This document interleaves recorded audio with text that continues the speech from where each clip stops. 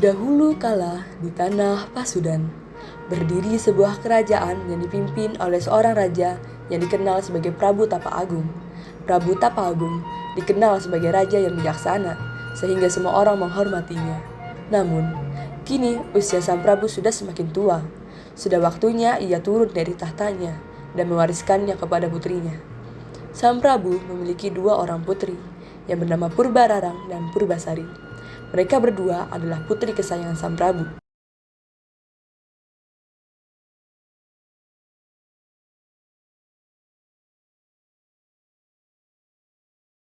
Usiaku sudah semakin tua. Sudah waktunya bagiku untuk turun tahta. Hei Patih. Nggih Prabu, ayah naon manggil saya? Usiaku sudah semakin tua. Apakah kamu punya saran tentang penerusku, wahai Patih? Menurut hamba, penerus Prabu haruslah orang yang bijaksana, baik hati dan dipercaya oleh rakyat. Orang yang baik hati. Sepertinya saya butuh waktu sedikit lebih lama untuk pikirkan hal ini. Dan saya harus memikirkan hal ini sematang mungkin. Baiklah kalau begitu, hamba mohon izin undur diri. Setelah 3 hari, Prabu Tapa Agung akhirnya membuat keputusan siapa yang akan menjadi penerusnya.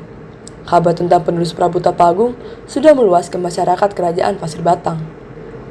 Patih pun memberikan pengumuman kepada rakyat tentang siapa yang akan menjadi penerus, bahwa yang menjadi penerus adalah Putri Purbasari. Ayahanda, apa maksud Ayahanda menunjuk Purbasari sebagai penerus? Bukannya harusnya aku, sang putri tertua yang menjadi penerus. Ini sudah menjadi keputusanku, wahai putriku. Tapi ayah, Terima apa keputusanku? Purbasari, kaulah yang akan menjadi penerusku. Kuharap kau tidak keberatan, wahai putriku.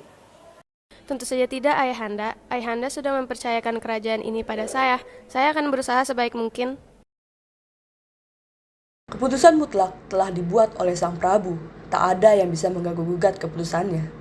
Sementara itu, Purbararang masih tak terima dengan keputusan ayahnya. Ia pun secara diam-diam mulai merencanakan sesuatu bersama tunangannya, Raden Indrajaya, untuk membuat Purbasari gagal menjadi penerus dan membuat Purbararang menjadi ratu. kenapa ayah malah memilihnya untuk menjadi ratu? Harusnya aku, yang tertua yang berhak mewarisinya. Bagaimana ini? Ada apa wahai Purbararang? Indra, syukurlah kau di sini. Aku membutuhkan bantuanmu. Bantuanku, apa ini berkaitan dengan pewarisan Purbasari?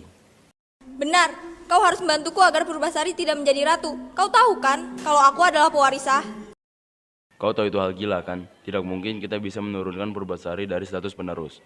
Itu sama saja dengan menyerang keluarga kerajaan, terlebih pada penerus kerajaan ini. Indra, kalau aku tak menjadi ratu, maka kau tidak akan menjadi raja. Apa kau mau hal itu terjadi? Ini impianmu sejak kecil kan? Baiklah. Aku akan membantumu menyingkirkan Purbasari. Bagaimana kalau kita membuat Purbasari sakit? Penyakit, bagaimana caranya agar ia sakit? Kita tidak akan bisa meracuninya. Kita tak perlu meracuninya Purbararang. Aku mengenal salah satu penyihir sakti. Ia pasti bisa melakukannya. Bagus, kita harus segera menemuinya. Akhirnya, Raden Indrajaya dan Purbararang menemui penyihir sakti tersebut. Tak lama kemudian, Purbasari merasa ada yang aneh dengan tubuhnya. Sekujur tubuhnya terasa sakit dan muncul bintik-bintik hitam di seluruh tubuhnya.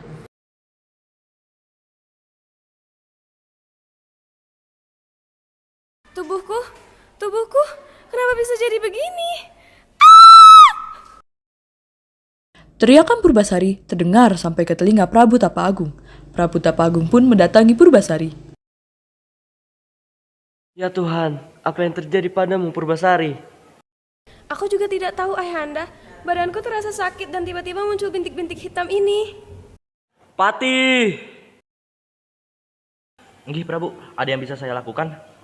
Panggilkan seluruh tabib kerajaan sekarang! Baik Prabu. Setelah beberapa hari, usaha yang dilakukan Prabu Tapa Agung dan para tabib kerajaan belum berbuah hasil. Prabu Tapa Agung merasa sangat frustasi. Akhirnya, Purbararang menghampiri Prabu Tapa Agung untuk menyampaikan sebuah ide. Ayahanda, nampaknya Ayahanda sedang sangat frustasi belakangan ini. Apakah itu ada kaitannya dengan Purbasari? Iya anakku, bahkan setelah saya panggil seluruh tabib kerajaan, belum ada hasil yang terlihat. Ayahanda, jika terus dibiarkan seperti ini, Penyakit Purbasari bisa saja menyebar kepada seluruh penghuni istana dan bisa saja menyebar ke seluruh rakyat kita. Kamu benar, tapi bagaimana cara mencegah hal itu? Saya mempunyai ide, Ayahanda. Bagaimana jika kita mengasingkan Purbasari untuk sementara waktu? Mungkin ia akan sembuh dengan sendirinya. Tidak bisa, Purbasari harus tetap tinggal di istana. Tapi Ayahanda, tolong pikirkan keselamatan orang banyak. Apakah Ayahanda mau dikenal sebagai raja yang menelantarkan rakyatnya? Baiklah, Ayahanda akan mengikuti saranmu. Akhirnya, Prabu Tapa Agung membuat keputusan untuk mengasingkan Purbasari ke dalam hutan untuk sementara waktu. Sementara itu, di kerajaan, Purbararang terlihat sangat senang dengan kepergian Purbasari dari istana. Ia pun memberitahu Raden Indrajaya tentang kabar tersebut.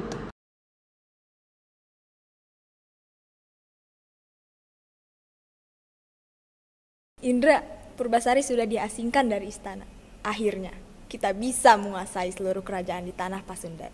Benarkah? Bagus kalau begitu. Saya ikut senang mendengarnya. Setelah ini kita akan menjadi orang paling berkuasa dan memperkaya diri kita. Sementara itu, Purbasari telah tinggal selama beberapa hari di dalam hutan. Bahan makanan yang ia miliki semakin menipis. Akhirnya, Purbasari memutuskan untuk mencari makanan di hutan. Ia bersandandung kecil sembari menikmati suasana hutan yang tenang, tanpa mengetahui ada sepasang mata yang mengawasinya. Kala sedang asik bersenandung, tiba-tiba saja seekor lutung datang mendekatinya. Purbasari terkejut bukan main. Ia sentak menjauh, berusaha melindungi diri. Tolong menjauhlah dariku! Kubilang menjauhlah! Aduh, Putri itu sakit. Sejak kapan lutung dapat berbicara? Siapa kau sebenarnya? Putri, tolong tenanglah sebentar. Aku ini adalah lutung sakti. Aku tersasar begitu sampai di sini. Lutung sakti? Sebenarnya, aku ini adalah pangeran dari Kayangan. Namun, karena aku melakukan kesalahan, aku dihukum menjadi lutung dan dibuang ke bumi. Dan disinilah aku berada, di tempat antah berantah yang takut ketahui. Lantas, bagaimana denganmu, Putri? Tak biasanya seorang putri dari kerajaan masyhur berada di hutan belantara ini sendirian. Itu karena aku terkena penyakit yang tak diketahui. Karena takut menyebar ke orang lain, ayahku, Sang Prabu memutuskan untuk mengasingkanku sampai aku sembuh kembali. Purbasari berbagi kisah dengan seekor lutung yang baru ia temui. Ternyata, ada seseorang yang bernasib sama dengannya. Lutung dan Purbasari pun menjadi teman dekat. Sejak saat itu, Purbasari memanggilnya Lutung Kasarung, yang artinya lutung yang kesasar.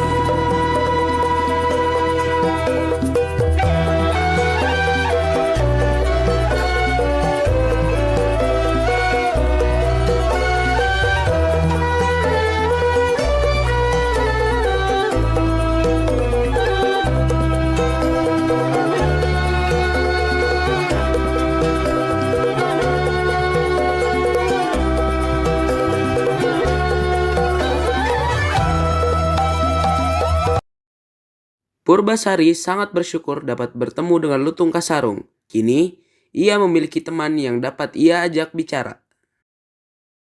Suatu malam, saat bulan purnama, Lutung Kasarung bersemedi di sebuah bukit, meminta kepada Yang Maha Kuasa agar menyembuhkan penyakit Purbasari. Ya Tuhan, tolong angkatlah penyakit Purbasari. Sungguh, aku tak tega melihat dirinya yang menderita. Permintaan Lutung dikabulkan. Tanah di sekitarnya berubah menjadi telaga kecil. Lutung pun mengambil wadah untuk mengambil air tersebut dan memberikan kepada Purbasari keesokan paginya. Ketika pagi tiba, Lutung mendatangi Purbasari. Ia lantas memberikan seember air yang ia ambil dari telaga di dekatnya tadi malam. Putri, ambillah ini, lalu usapkan ke sekujur tubuhmu. Air ini dapat menyembuhkan penyakitmu. Benarkah ini, Lutung Kasarung? Benar, percayalah denganku. Akhirnya, sesuai permintaan Lutung, Purbasari membasuh tubuhnya dengan seember air yang diberikan oleh Lutung. Secara ajaib, bintik-bintik hitam di sekujur tubuh Purbasari menghilang. Penyakit yang ia derita kini telah sembuh. Akhirnya, penyakitku telah sembuh. Kebahagiaan tiada tara dirasakan. Purbasari sangat bersyukur. Ia pun berterima kasih kepada Lutung yang telah membantunya. Beberapa hari kemudian, patih kerajaan mendatangi Purbasari di rumahnya. Betapa bahagianya kala melihat Purbasari telah sembuh dari penyakitnya. Syukurlah Putri, Anda telah sembuh. Saya turut bahagia mendengarnya. Terima kasih banyak, Patih. Karena Anda telah sembuh, kembalilah ke istana Putri. Sang Prabu pasti akan senang melihat Anda telah sembuh. Maaf, Patih, aku tidak bisa menerimanya. Aku lebih nyaman berada di hutan ini. Tapi Putri, Yang Mulia sangat merindukan Anda. Bukankah Anda merindukan Yang Mulia juga? Itu benar, Putri. Ayahmu pasti sangat merindukanmu. Hah, baiklah, aku akan kembali ke istana. Atas desakan dari Patih dan Lutung, pada akhirnya Purbasari menyetujui permintaan Patih untuk kembali ke istana. Purbasari pun kembali ke istana bersama Patih. Kedatangan Purbasari disambut gembira oleh para penduduk dan keluarga kerajaan. Akhirnya, Purbasari sang calon ratu telah sembuh dari penyakit yang ia derita. Namun, tidak dengan Purbararang dan Raden Indrajaya. Purbararang takut. Dengan kedatangan Purbasari, posisinya sebagai calon ratu dapat terancam. Ayahanda, dengan kedatangan Purbasari, maka kerajaan ini memiliki 2 kandidat calon ratu. Saya keberatan jika Purbasari yang menjadi ratu. Menurut peraturan, harusnya anak tertua yang menjadi penerus. Benar bukan? Kau benar, putriku.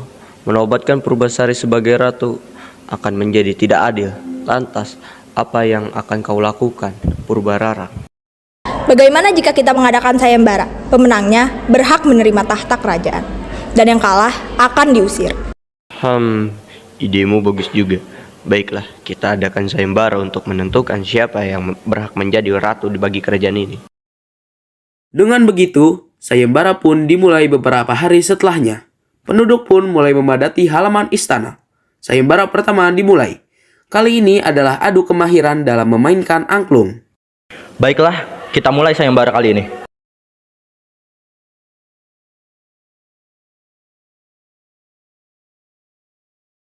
Baiklah, untuk sayembara pertama dimenangkan oleh Putri Purbasari. Hasil sudah diumumkan. Sorak gembira terdengar kala mendengar bahwa Purbasarilah yang memenangkan sayembara pertama. Ini semua berkat kesaktian Lutung, yang mendatangkan para malaikat dari Kahyangan untuk membantu Purbasari. Sayembara kedua dimulai. Kali ini adalah adu kemahiran dalam menangkap ikan. Purbararang merasa percaya diri pada sayembara kedua ini. Sayembara kedua dimulai.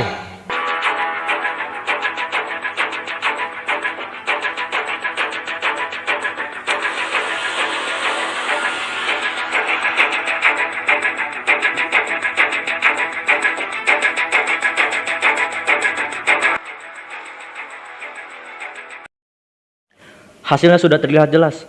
Putri Purbasari memenangkan sayembara kedua.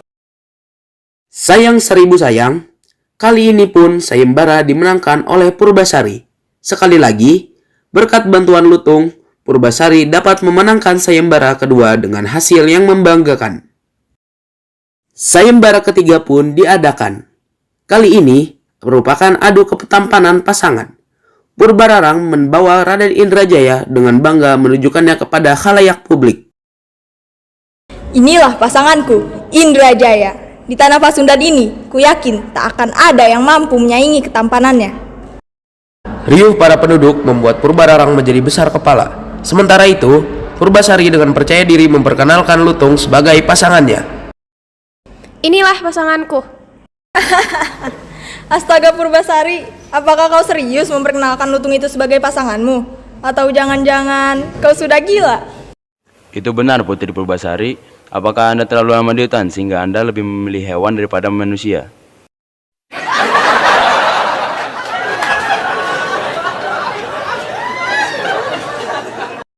Tawa menggelegar di halaman istana. Lutung geram. Ia pun memohon kepada Yang Maha Kuasa agar mengembalikannya ke wujud manusianya. Ya Tuhan, tolong kembalikan aku ke wujud manusiaku. Tuhan pun mengabulkan permohonan dari Lutung. Dalam sekejap, Lutung pun berubah menjadi seorang pria yang ketampanan dan kegagahannya mengalahkan Indrajaya.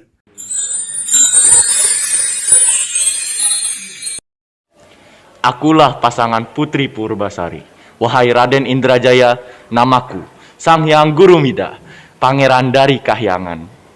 Lutung, kau telah kembali menjadi manusia. Syukurlah.